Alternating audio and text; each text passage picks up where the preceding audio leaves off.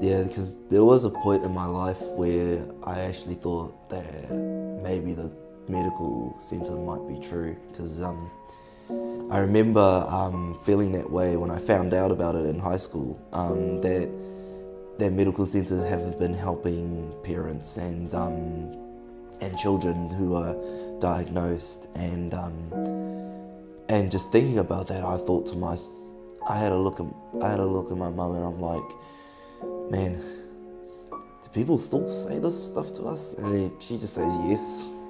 She literally just says yes, and that's like the heartbreaking truth, like, you know, that people are not getting so much help, and we always have this thing about blaming parents. Like, we always blame parents, like, well, you should have done more and more with your child, or you should have sent him to a better school, or maybe like if he was brought up here, he wouldn't have anything to do. And like, especially like when it comes to our own whānau, like, you know, not getting support as well instead of just medical centre, because that's the reality that we want them to, you know, pull away from, and really, really do their best to figure out what is autism, and it's not just autism as well, like what is autism, what is ADHD, what is you know, Tourette syndrome, like, you know, all of those amazing abilities that these kids have, even Down syndrome. Like, we need to know that this isn't a sickness, or this isn't something that you hear from mainstream medical centre.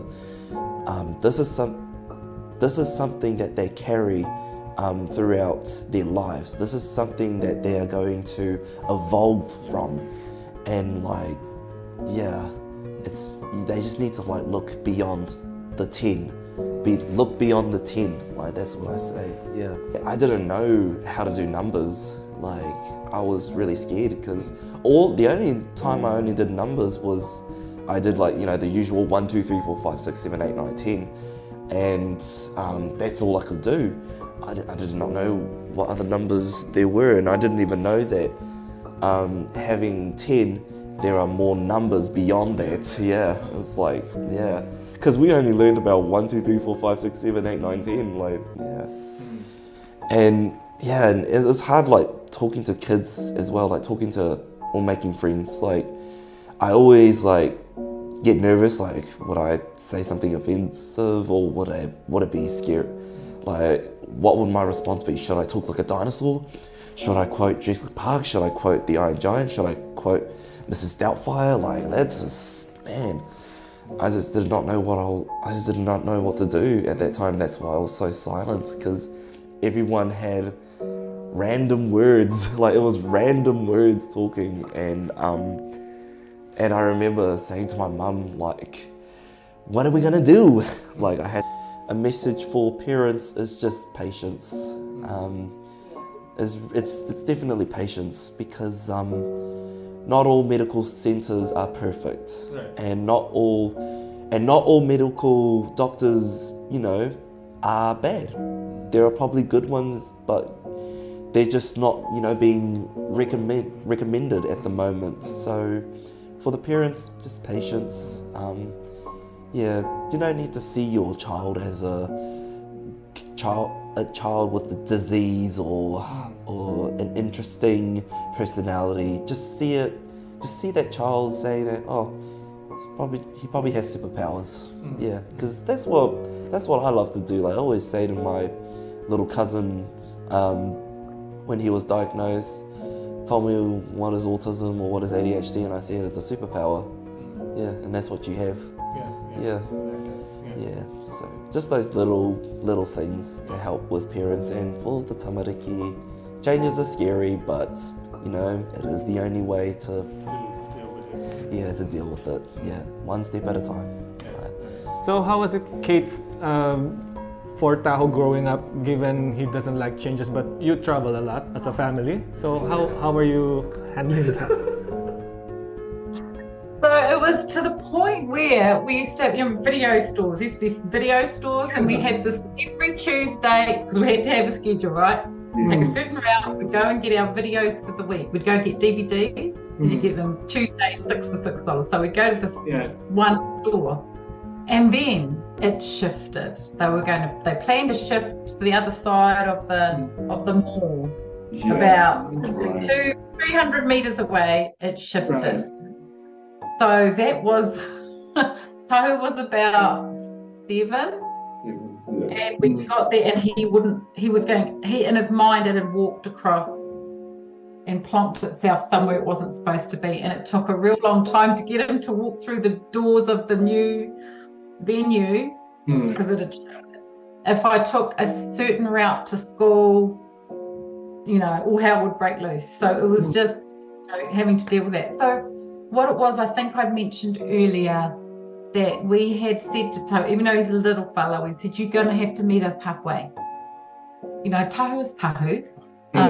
So then we went on the journey, and that's when it started. So it was one teacher, and from there we just quickly moved to find resources, to look for information, anything. There was nothing for Maori. There was nothing at the time. There was nothing. And I had one friend who worked in Otago at the uni, who, when we went to a tangi, a funeral, a Maori funeral, Tahu was more interested in speaking to the carvings and just not engaging with anybody. She said, I have one piece of research that you should look at. And you'd get all these checklists, and we're just ticking every single one off, around engagement and all sorts of things, social engagement, etc. And we just started our journey there. Not an easy one. And our boy, at the time, once I'd realised that his Tahuaroa experience would have been quite traumatic. It was so colourful and loud, and all those things that we just hadn't known about. And so for years he'd managed somehow to stay with us, to be a loving, beautiful son. However, he was carrying quite a lot, because he was unable to filter what he was seeing and hearing. And so we always think about Tahu in those formative years. Wow, what a strong soul that is, to carry that in a little body. Yes. So how did you find out about Maryland? My mum. Okay. Yeah, my mum. She told me about Māori land. She wanted me to attend it, but I said that I need to graduate first, because I just feel pressured to, get a degree. You have a degree before? Yeah, I had a degree before, but it didn't really need to be. I didn't really need it for here. Yeah. It was for Bachelor's Creative Performing Arts. Right. Yeah. Yeah, so I was at Whitireia when I heard about Māori land, and I really wanted to go, but for some reason my instinct told me to finish this off. Yeah. And then I also wanted to do Te Pau Theatre, so I wanted to give 2 companies a go. So I gave Te Pau Theatre a go first, and then I wanted to try out Māori land. And when I found out that Māori land does Indigenous films too, like bringing in different films from around the world, I'm like, yep, take me, take me. Yeah, I need to get back to this, man. I love it, because Indigenous films have always been part of it, but we were so overshadowed by mainstream movies, just like The Iron Giant, just like Jurassic Park, and there weren't really much Māori films that we wanted to look up to. Well, besides Once Were Warriors, but Once Were Warriors were different because we were tamariki that didn't really needed to wait until we're older and then learn about it. But there was no specific Māori movie that was for all the age group. Because we were just so busy into the serious ideas, the serious impact that Māori have, and that's what we need to focus on. But there were not much, fun Māori animations. Well, not like Tarai. We've got some really good, tamariki. We've got some really good tamariki films that are being developed, and animations that are on TVNZ too. As a whānau, we're quite forceful in saying we're the centre of his world, not the school and not the health system.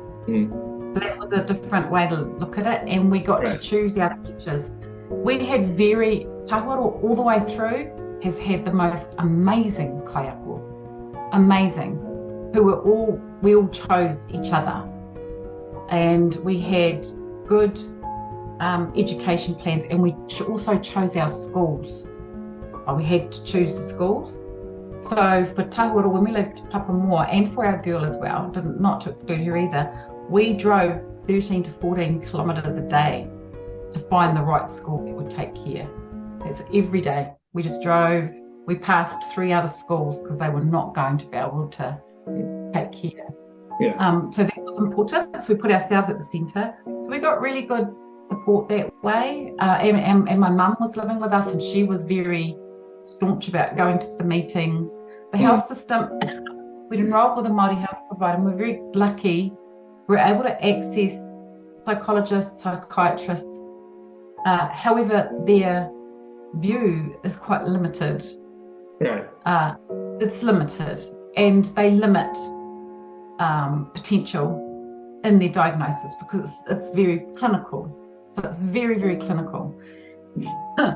And so when we had clinicians saying in front of him while he's in the room, and to me, oh, well, he's only passed 1 test around, what was it, patterns. I'm afraid to say nothing else. He didn't pass anything else on math or anything.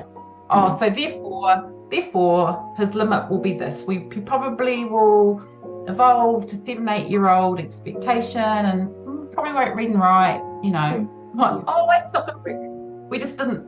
We said, thank you.